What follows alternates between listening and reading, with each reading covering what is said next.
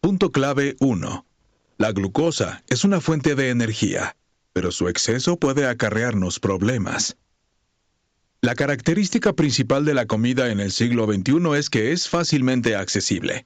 Comemos lo que nos gusta y como nos apetece, productos del mar de todo el mundo y carne procedente de las mejores granjas. Somos libres de elegir, pero de alguna manera tomamos decisiones equivocadas. La comida afecta a nuestra salud física y mental, y es algo más que una fuente de energía. Aunque la parte nutricional era decisiva para la gente hace miles de años, hoy queremos que nuestra comida esté cuidadosamente servida y presentada. Aparte de la estética y el sabor, ¿cuánto sabemos de los alimentos que consumimos? El cuerpo nos habla todo el tiempo, y lo que ingerimos influye en 30 billones de células y 30 billones de bacterias que llevamos dentro. La fatiga crónica, los cambios de humor, las enfermedades cardíacas y la diabetes son los mensajes más comunes que indican que algo va mal. Los estudios científicos demuestran que hay una métrica central que influye en todos los sistemas del cuerpo humano y que a menudo se percibe como una caja negra. Esta métrica depende de una molécula llamada glucosa, también conocida como azúcar en sangre. Es una fuente primaria de energía que garantiza que las células puedan funcionar correctamente. Si pudieras trazar un nivel de glucosa cada minuto, la línea entre picos y valles daría forma a una curva de glucosa.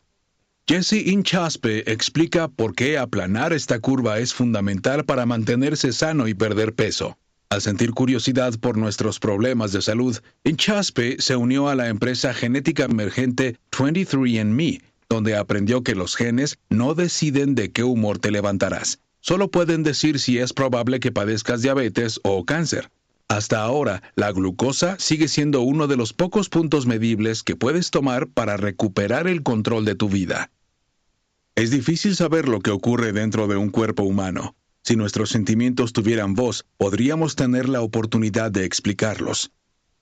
La revolución de la glucosa proporciona información sobre la glucosa y por qué los llamados picos, un aumento repentino de la glucosa a más de 30 miligramos por decilitro, no son saludables. Nos enseña trucos para aplicar en nuestra vida, como comer alimentos en el orden adecuado o beber un poco de vinagre antes de las comidas para mantenerse dentro del intervalo normal de glucosa.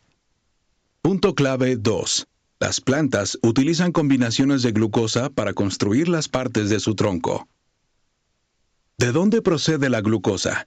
Hace millones de años, cuando nuestro planeta era una compilación de agua y barro, unos diminutos brotes iniciaron un proceso que aseguraba la vida, la fotosíntesis. Utilizaban la energía del sol para convertir el dióxido de carbono y el agua en glucosa.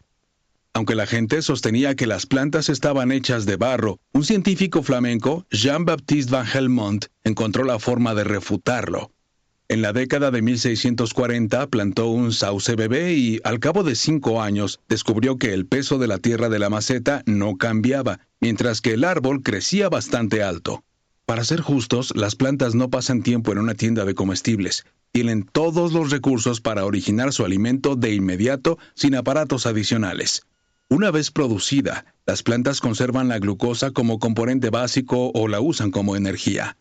Estaría bien que los seres humanos tuvieran el superpoder de inhalar aire puro y luego producir una especie de sopa en el estómago. Pero tenemos algo en común con las plantas. Necesitamos glucosa para que nuestras células sigan funcionando. Los seres humanos consumimos glucosa igual que las plantas, con una pequeña diferencia. No podemos sintetizarla a partir de agua pura. Las plantas utilizan la glucosa para construir otros compuestos químicos, empaquetando montones de moléculas, creando almidón o fibra. El almidón es una reserva de energía situada principalmente en las raíces. La fibra hace que las plantas sean más fuertes y altas, y se encuentra en el tronco y las hojas. La fibra es como el cemento entre los ladrillos. Es fundamental para que una casa resista las tormentas. Parte de la glucosa de las plantas se transforma en una molécula extradulce llamada fructosa, que hace que la planta sea irresistible para los animales. Cuando los animales comen frutos con semillas, las esparcen por todas partes, asegurando así la supervivencia de la planta. El resultado de combinar glucosa y fructosa es la sacarosa. Para las plantas, la sacarosa es un almacenamiento conveniente porque sus moléculas son más pequeñas que las de la glucosa. por lo que pueden apretarse para guardar más energía en un espacio más reducido. Para las personas, recibe el nombre de azúcar de mesa. Punto clave 3. En la actualidad, las frutas son demasiado dulces y tienen mucha menos fibra. Para vivir una vida feliz, los seres humanos necesitan combustible en grandes cantidades. En 1969, los científicos lanzaron las reglas tentativas para la nomenclatura de los hidratos de carbono, presentando una nueva familia de sustancias a la comunidad científica. Incluyeron un grupo separado de azúcares: glucosa, fructosa y sacarosa como fuentes primarias de energía, junto con el almidón y la fibra como moléculas más avanzadas. Mientras que la glucosa es la fuente primaria de energía, la fructosa no interviene en el suministro energético, pero la fibra tiene un destino diferente. A diferencia del almidón y la sacarosa, los enlaces de la fibra no pueden ser rotos por las enzimas, por lo que este material alimenticio pasa casi intacto por el sistema digestivo. Intenta encontrar fibra en las estanterías de los supermercados. Las empresas suelen eliminarla a propósito, porque su presencia es cuestionable en cuanto a la conservación del producto, pero aumentan el dulzor con azúcar artificial para atraer a los clientes potenciales y hacer que repitan la compra. Si consideramos las bananas ancestrales, los vemos llenas de fibra y con poco azúcar. Pero la banana actual es el resultado de cientos de cruces para intensificar su sabor. Es un vivo ejemplo de cómo, una vez que la gente encuentra algo digno de atención, tiene que llevarlo a un nivel extremo. El azúcar está ahora muy concentrado y fácilmente disponible. Pasamos de comer un alimento fibroso en la prehistoria a atiborrarnos de tabletas de chocolate todos los días. ¿Te has preguntado alguna vez por qué nos gusta tanto lo dulce?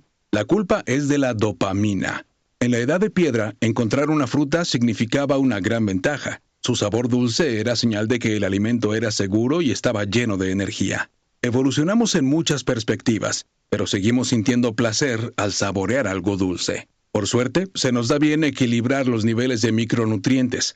Los médicos lo llaman flexibilidad metabólica. Cuando se produce un aumento del azúcar en sangre, el páncreas libera una hormona llamada insulina. Se encarga de guardar el exceso de glucosa en unidades de almacenamiento para mantenerla fuera de la circulación.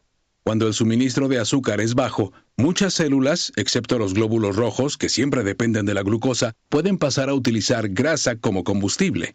Al mismo tiempo, el hígado usa aminoácidos y grasa para fabricar glucosa a partir de recursos internos. Este proceso se denomina gluconeogénesis. Por tanto, aunque no pueda producir glucosa directamente, el cuerpo tiene su forma de hacer frente a situaciones atípicas.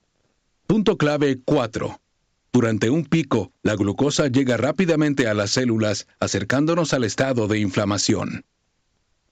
Inchauspé descubrió un dispositivo llamado Monitor Continuo de Glucosa, MCG, para medir su actividad de glucosa durante el día. Un MCG mide la concentración de glucosa entre las células grasas. Se lo puso en el dorso de la mano y lo llevó durante 2 semanas. Aunque el intervalo estándar de glucemia está entre 60 y 100 miligramos por decilitro, según la ADA, la Asociación Estadounidense de Diabetes, el mejor intervalo para la glucosa en ayunas, nivel que tenemos a primera hora de la mañana, es de 72 a 85 miligramos por decilitro. El cuerpo necesita eliminar el exceso de glucosa de nuestro torrente sanguíneo guardándola en otro lugar. Hay 3 sitios centrales para almacenarla: el hígado, los músculos y la grasa. Solo el último se aplica a la fructosa. Dado que la insulina interviene en el almacenamiento de azúcar, ayuda a mantener un rango óptimo de glucosa. Sin embargo, incluso los no diabéticos pueden experimentar picos de glucosa. He aquí las razones por las que un número excesivo de productos dulces es perjudicial para la salud. Inician picos de fructosa que no son visibles ni medibles, pero eso no significa que sean menos perjudiciales. Provocan estrés oxidativo. Si la glucosa que consumimos supera la cantidad que necesitan nuestras células, estas liberan radicales libres en respuesta. Son sustancias destructivas que agujerean las membranas de las células y modifican nuestro ADN, por lo que podemos ser más susceptibles al cáncer si se rompen los genes. Dañan las moléculas directamente. En 1912, un químico francés, Louis-Camille Maillard, describió una reacción cuando la glucosa choca con otro tipo de molécula. Se llama glicación y causa daños directos a la célula. Si se dañan muchas moléculas y células del hígado, por ejemplo, los médicos diagnosticarán insuficiencia hepática. Y si esto le ocurre a un hueso, una caja torácica normalmente se volverá marrón, aunque muy lentamente. Las moléculas glicosiladas tienen consecuencias a largo plazo, como la enfermedad de Alzheimer, las cataratas y las enfermedades cardíacas. Los factores mencionados conducen a un estado generalizado de inflamación. La inflamación crónica es el origen de enfermedades crónicas que reducen la calidad de vida incluso a una edad temprana. Puedes observar enrojecimiento en la parte externa, mientras que los tejidos y órganos se dañan lentamente en la parte interna. Punto clave 5. Una forma de comenzar a tener una nutrición adecuada es cambiar el orden de los alimentos que consumes. La gente se centra en qué productos comer y cuáles evitar. En cambio, deberían centrarse en cómo consumen los alimentos. El orden correcto es, primero, la fibra, luego, la grasa y las proteínas, y por último, los hidratos de carbono. He aquí por qué. Los azúcares llegan rápidamente al intestino delgado, y desde allí entran en la circulación provocando un pico de glucosa. Esto provoca una liberación masiva de insulina y reduce significativamente los niveles de azúcar en sangre. Es entonces cuando te sientes cansado, te apetece otro tentempié o anhelas una siesta por la tarde. ¿Qué tienen de malo los picos de insulina?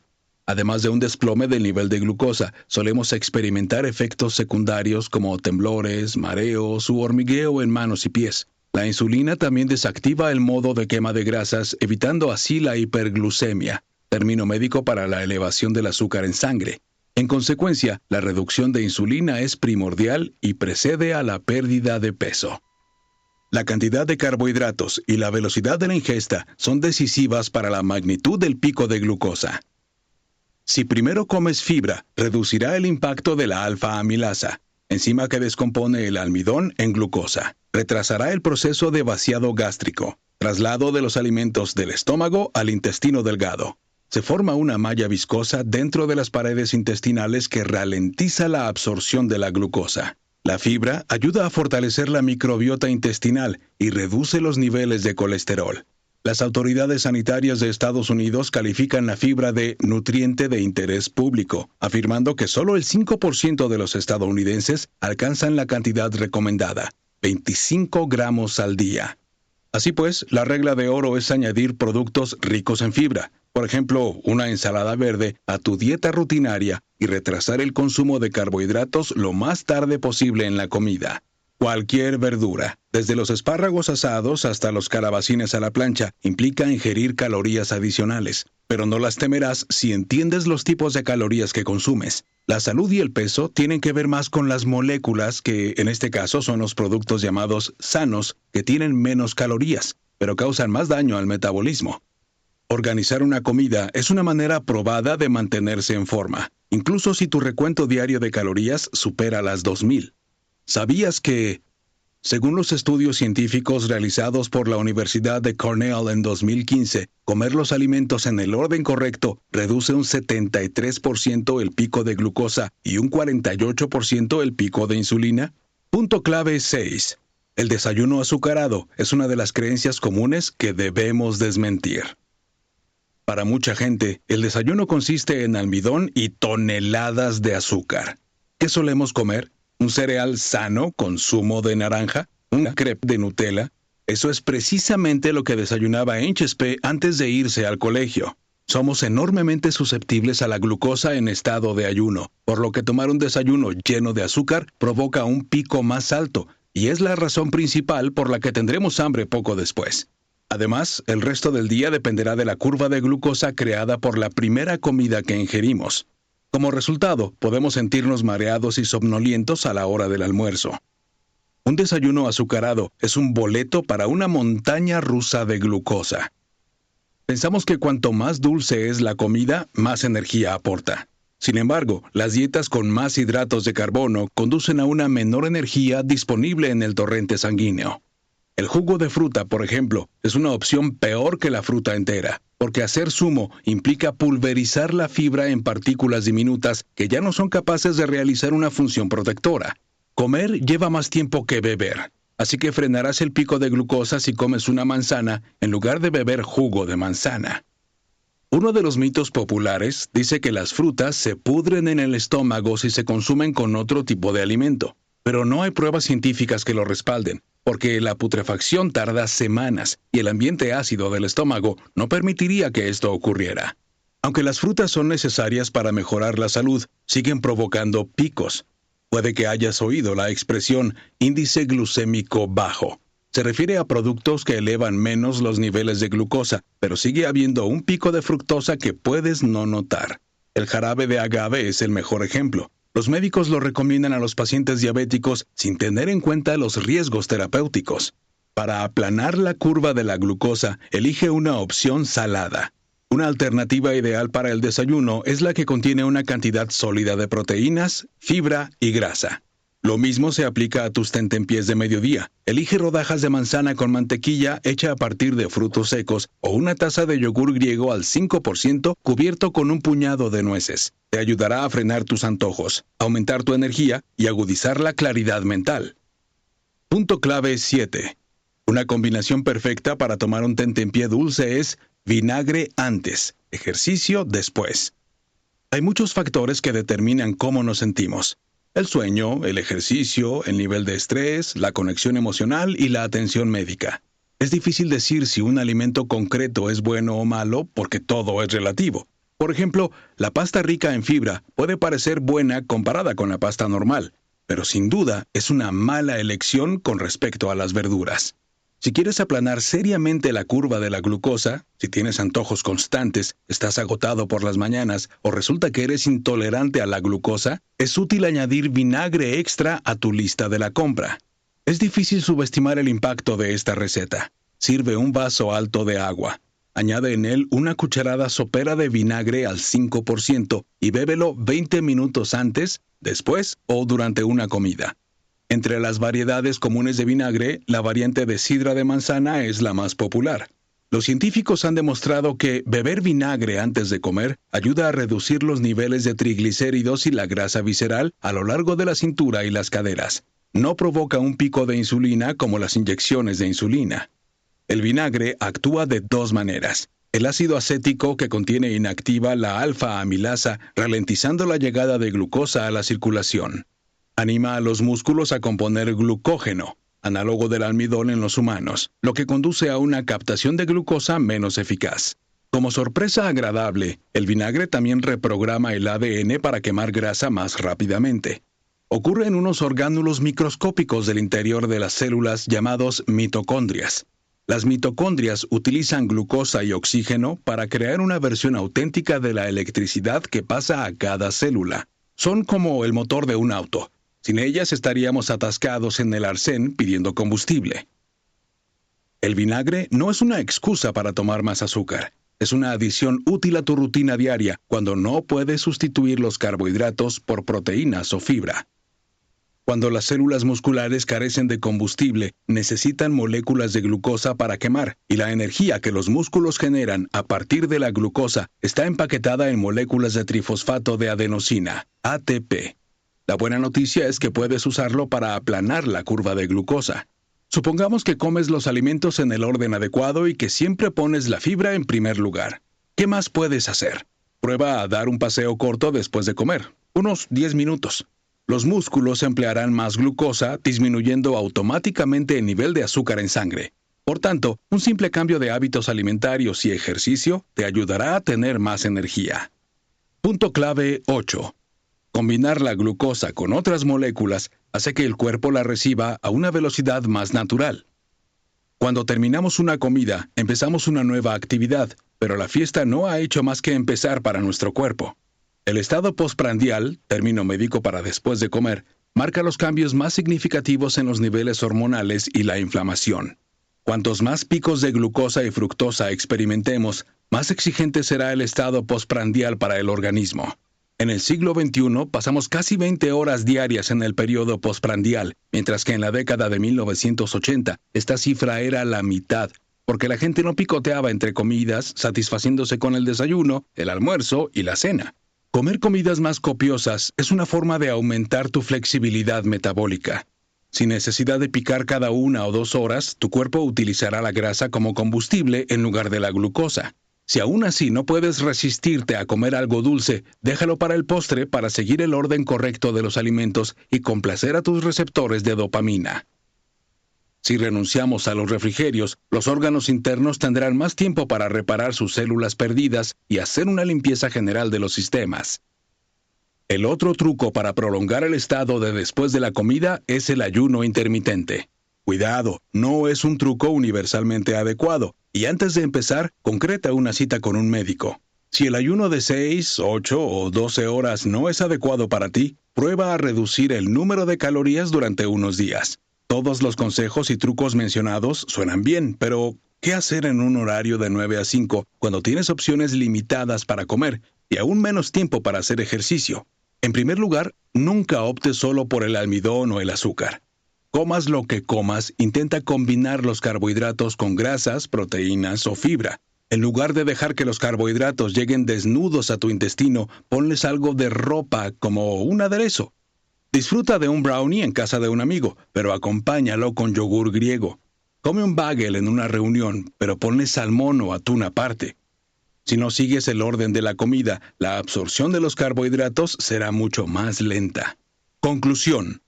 El azúcar es lo mejor que podemos obtener de los alimentos. Es una forma de explicar nuestros antojos de carbohidratos. La glucosa da energía a nuestras células, regula el proceso de quema de grasas. Su falta desencadena zonas dependientes de la dopamina en el cerebro. Por otra parte, esta molécula puede ser tóxica poniendo a las células en estrés oxidativo y causando daños en nuestro ADN. Entonces, ¿cómo empezar a regular el azúcar en sangre para siempre? A través de su profunda investigación científica, Jesse Inchauspé vota a favor de la siguiente afirmación. Los carbohidratos por sí solos no pueden coexistir en paz con nuestro laboratorio interior. Necesitan grasa, proteína y fibra para que cada célula realice su función sin necesidad de recargar nuestra batería cada pocas horas. De hecho, una simple tableta de chocolate dista mucho de ser una fuente de energía fiable. Sin embargo, algunos de los trucos descritos necesitan una revisión cuidadosa. Por ejemplo, el consejo de beber vinagre puede ser crucial para las personas con un bajo nivel de ácido en el estómago. Así que antes de hacer cambios en tu dieta, debes hacerte un chequeo médico. Las personas que padecen diabetes de tipo 1, cuando el páncreas no puede producir insulina, o diabetes de tipo 2, cuando el organismo es resistente a la insulina, también deben tener cuidado. Si se les administra un medicamento para bajar el azúcar, deben contar el nivel de glucosa al cabo de 1 hora más o menos. Probar nuevos trucos es bueno, pero el cielo es el límite, así que no hay necesidad de bajar el azúcar en sangre hasta la hipoglucemia. A pesar de que los sistemas internos del organismo envían mensajes constantemente, a menudo percibimos el cuerpo como una caja negra llena de misterios. Así pues, llevar al terreno de la acción los estudios científicos objetivos sobre el metabolismo es lo mejor que podemos hacer para reconocer esos mensajes. Por el contrario, separemos las técnicas basadas en pruebas de las afirmaciones pseudocientíficas que circulan por ahí. Prueba esto. Asegúrate de que tu desayuno contiene proteínas. Añade a tu menú habitual yogur griego, tofu, carne, pescado, embutidos y, por supuesto, huevos. Quédate en los pasillos exteriores del supermercado. Los interiores suelen contener sobre todo alimentos ricos en almidón y azúcar. Considera entrantes verdes que sean rápidos y sanos. Verduras asadas, rodajas de pepino con guacamole, rodajas de tomate con queso mozzarella o zanahorias con hummus.